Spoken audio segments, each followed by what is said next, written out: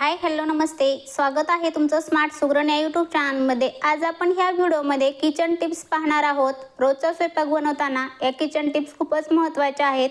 अगदी छोटे छोटे किचन टिप्स पासून आपण अगदी उत्तम प्रकारे स्वयंपाक बनवू शकतो। पालेभाज्या शिळ्या सुकलेल्या असल्यास पाण्यात 1 चमचा व्हिनेगर किंवा लिंबू रस घालून ठेवला तर ताज्या राहतात। भरतासाठी वांगी चांगली भाजली जावी म्हणून त्याला थोडेसे गोडे तेलाचा हात किंवा सुरीने छोटी चीर पाडली तर भाजताना तयार होणारी वाफ बाहेर पडेल। भाजल्यानंतर वांगी लगेच पातेल्याखाली झाकून ठेवल्यास साल नीट निघते।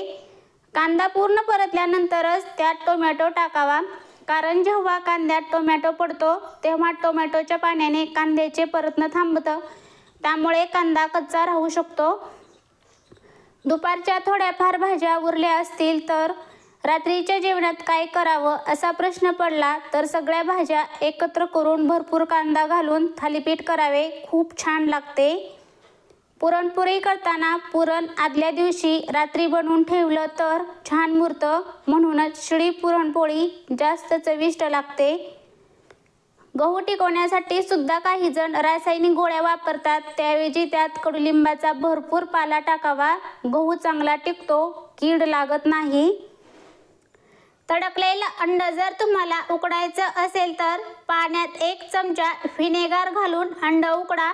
अंड फुटणार नाही, अगदी छान प्रकारे उकडलं जाईल। टोमॅटो फ्रीजमध्ये न ठेवता बास्केटमध्ये किंवा काचेच्या भांड्यात हवेशीर जागेवर ठेवावे। फ्रीजमध्ये ठेवल्याने टोमॅटोचा स्वाद बिघडतो।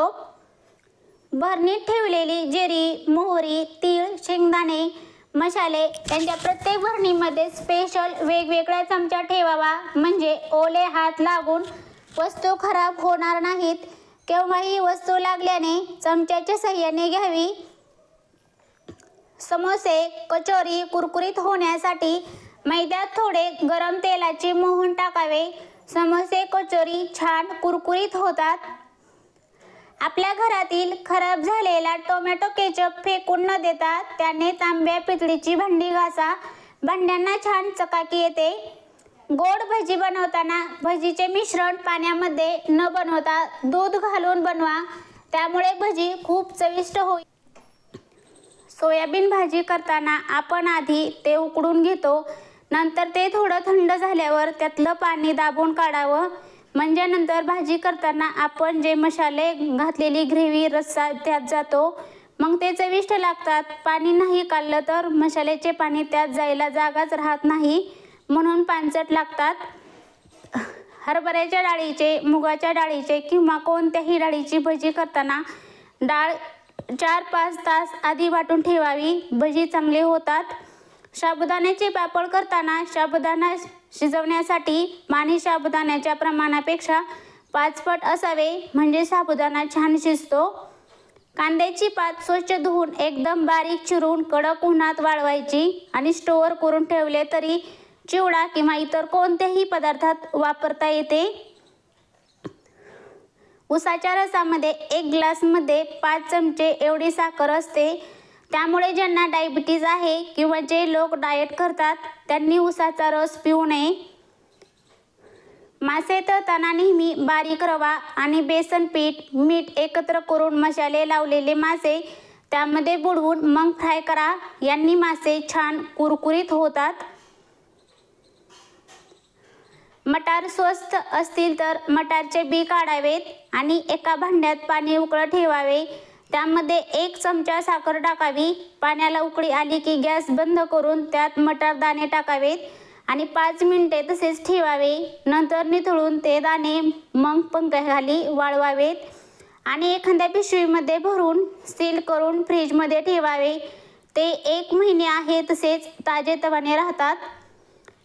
शेवग्यामध्ये दुधापेक्षा 4 पट अधिक कॅल्शियम आणि 2 पट अधिक प्रथिने हे पोषक द्रव्ये असतात, म्हणून आहारात शेवग्याचे सेवन अवश्य करावे।